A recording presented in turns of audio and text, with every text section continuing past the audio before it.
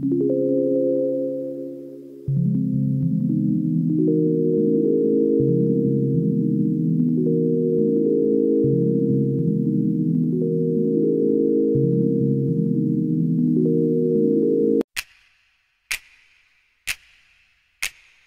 up all of your favorite recipes. Simply Food. You should know by now that you're in for a treat. Simply Food. There's no other channel where you'd rather be. Simply Food. Seafood, pasta, cakes, and pies. Sing and laugh and even cry. Like and share and hit subscribe. Simply Food by TY. Hey, what's up, y'all? It's your boy Simply Food by TY, and today I'm going to show y'all how to make some out-of-this-world Oreo Fudge Brownies. I'm telling y'all, these brownies are no joke, so get your pen and paper ready right now because it is time to cook. So the first thing we're going to do is work on the dry ingredients. You're going to add in 1 cup of flour. The next thing we are going to talk about is the most important step of this is getting your hands on a bag of the Rodale's Gourmet Baking Cacao Powder. I will leave the link to where you can get this down in the description box below because this part here is not optional. Like this is what makes my brownies the way that they are, okay? So you're gonna add in a 1/2 cup of the cacao powder. Then you're also going to be adding in a 1/2 teaspoon of salt, as well as 1 teaspoon of baking soda. And you're going to give that a good mixing. Once again, I will leave the link down in the description box to where you can get that cacao powder. I promise you, that cacao powder is not your average, everyday Hershey, run-of-the-mill cacao powder. It makes the biggest difference. So trust me on that and get yourself a bag. Then we're going to start working on the wet ingredients. So now we're going to add in 2 sticks of unsalted butter, melted of course. We're going to add in a 1/2 cup of sugar, and then we're also going to add in a 1/2 cup of brown sugar. You're going to give that a good mixing until that is extremely soft, nice and smooth, should almost look kind of like caramel. The next thing that we're going to add is also the other ingredient, in my opinion, that's not optional, which is this Maisie pure vanilla bean paste.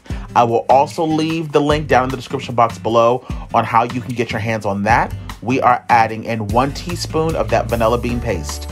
That vanilla bean paste, it is kind of pricey, I'm not going to lie to you, but it is as gourmet as you can possibly get. Those 2 particular ingredients, the vanilla bean paste and the cacao powder specifically, are what will separate your brownies from anybody else. You know what I mean?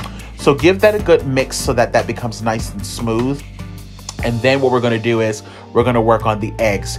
In a separate bowl, you want to go ahead and whisk up 2 large eggs. You don't have to whisk them for too long. I would say once you see that the top of the eggs are kind of frothy, that's when you can go ahead and stop whisking them up. You don't have to whisk it for too long. Don't go breaking your wrists. But once you see they're kind of frothy, then you can go ahead and add it to your wet ingredient mixture, and then go ahead and give that a mix around. Once again, you want to do it until it is nice and smooth. These few steps right here, like I said, really will truly set your brownies apart from, you know, any box brownie. That's for damn sure. And any other homemade brownies, I'm telling you.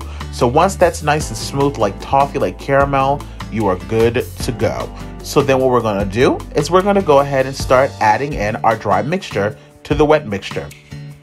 Now, at this stage, you want to make sure that you're not over whisking this batter, because you don't want your brownies to be dry. You don't want them to be tough.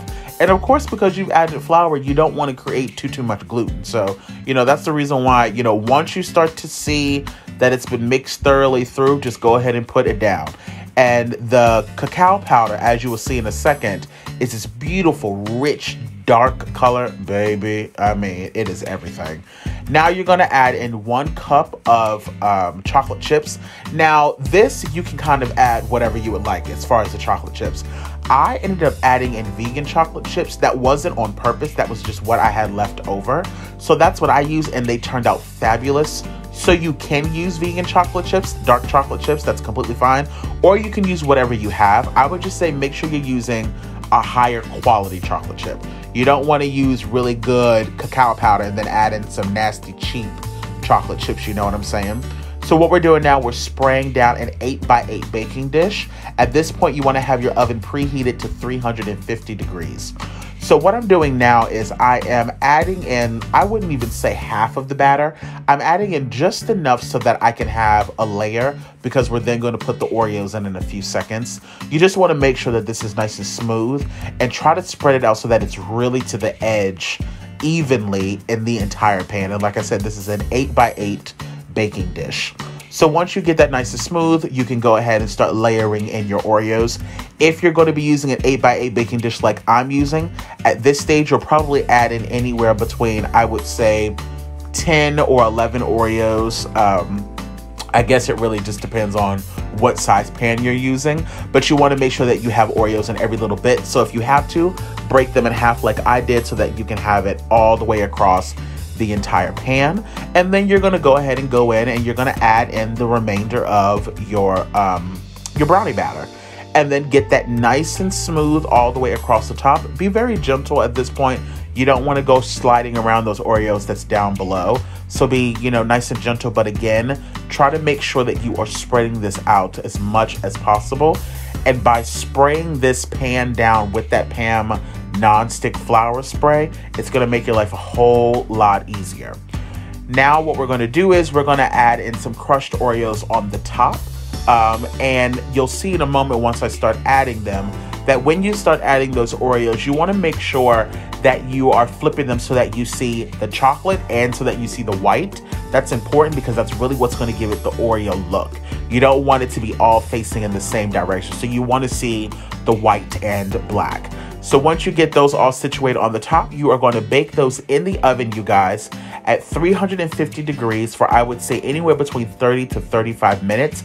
At that point, the most important step, I'm telling you right now, the most important step of this recipe is they must rest for 2 hours. I know that sounds excessive, but they must. It's the only way the fudge will set. If you do that properly, bitch, look at them damn brownies. Do you hear me? I hope you guys try out this recipe. Your life is forever going to be changed. Okay?